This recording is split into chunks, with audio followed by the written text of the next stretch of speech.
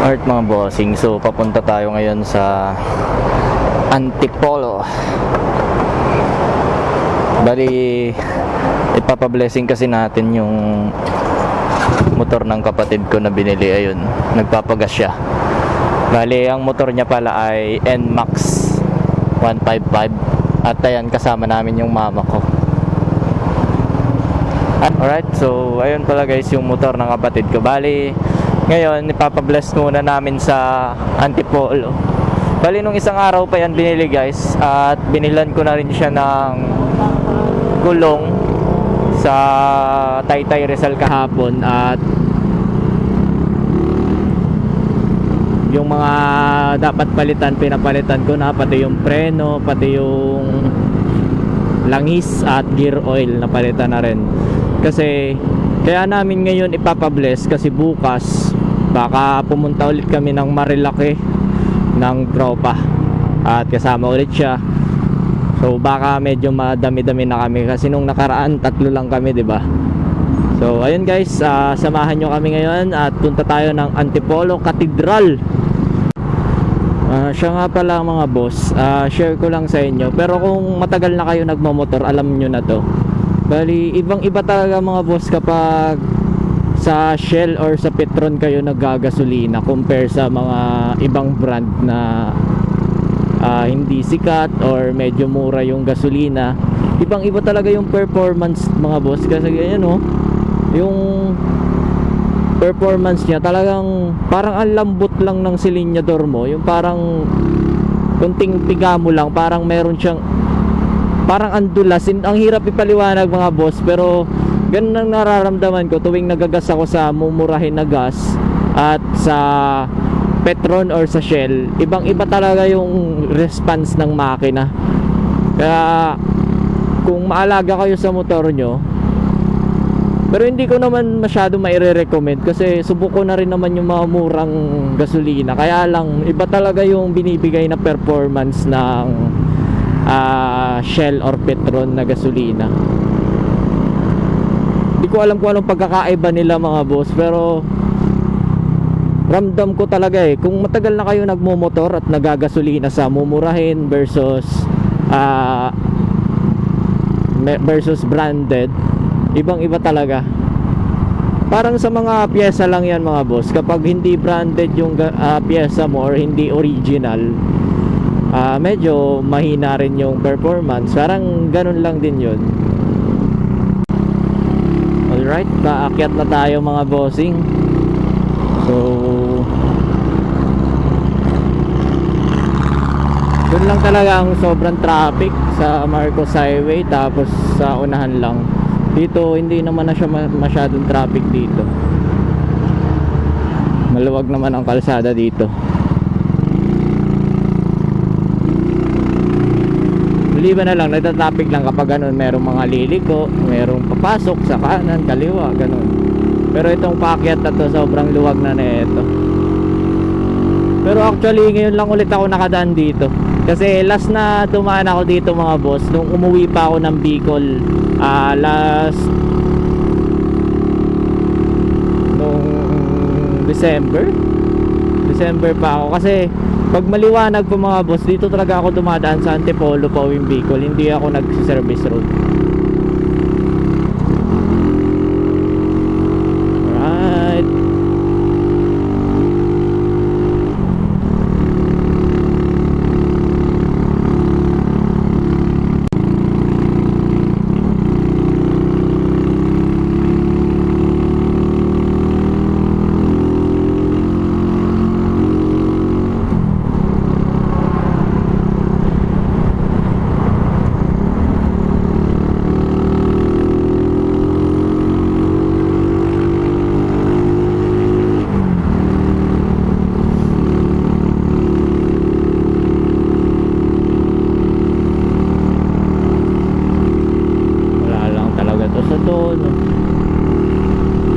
Ginalaw ko kasi yung carburetor nito, kaya parang wala siya sa tono. So yun mga boss, pagdating pala dito nyo matatagpuan yung may 360 view na palaging pinupuntahan, which is tourist spot din siya. Ito Cloud9 Yan shop.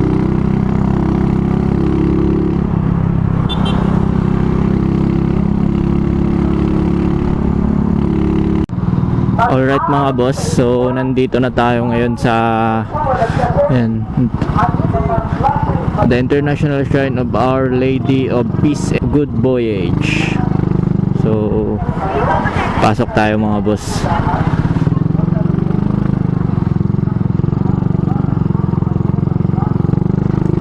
Yan. Yung blessing sir doon, ito po, doon ka Benz. Parking sa dulo. Opo.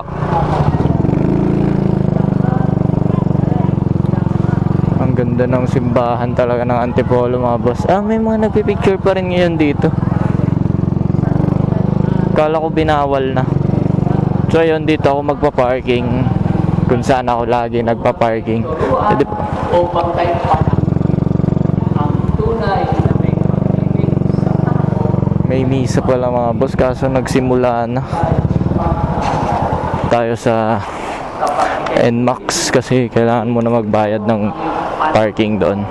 ay lakas at nakapagpawis Right. at pagod upang Kaso matatapos na yung misa mga boss. hindi nagdalaho, hindi naghilig ako sa makatulog. Pero okay lang naman, sunod-sunod naman yan eh. Walang tatamat-tamat. Walang tatamat. Hanapin lang natin yung kapatid ko.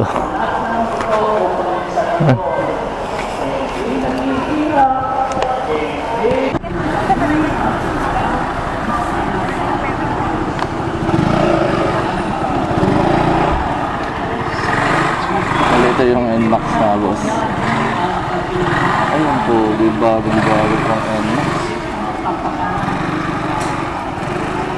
Bagong-bagong NMAX yung katabi.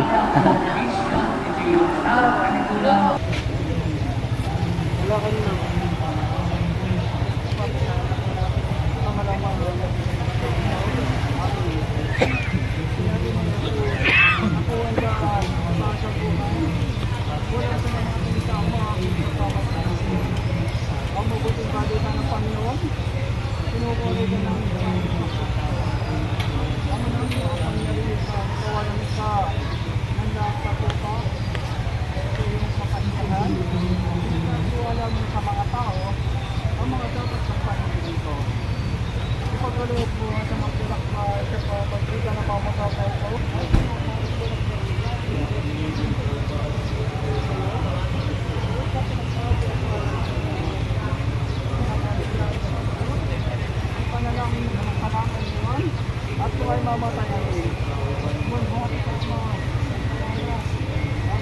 Santo, napansa ng una, ngayon magpakailan mga magpatulang niyan, amin, sa mga anak sa Santo, amin, naman pa niya sa